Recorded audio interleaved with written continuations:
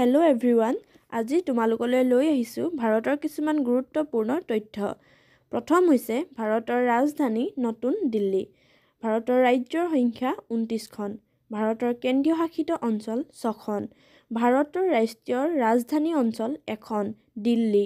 ভাৰতৰ ৰাষ্ট্ৰীয় প্ৰতীক অশোক স্তম্ভ সাৰনাথৰ 1950 চনৰ 26 জানুৱাৰীৰ পৰা।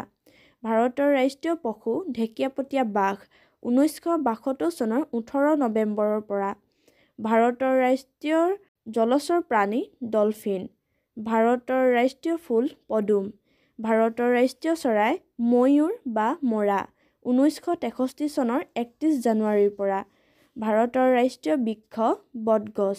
ভাৰতৰ ৰাষ্ট্ৰীয় ফল আম। ভাৰতৰ ৰাষ্ট্ৰীয় নদী গংগা। ভাৰতৰ ৰাষ্ট্ৰীয় ক্ৰীড়া হকী 1928 চনৰ পৰা। ভাৰতৰ ৰাষ্ট্ৰীয় পানীয় চাহ 2013 চনৰ 17 এপ্ৰিলৰ পৰা। ধন্যবাদ।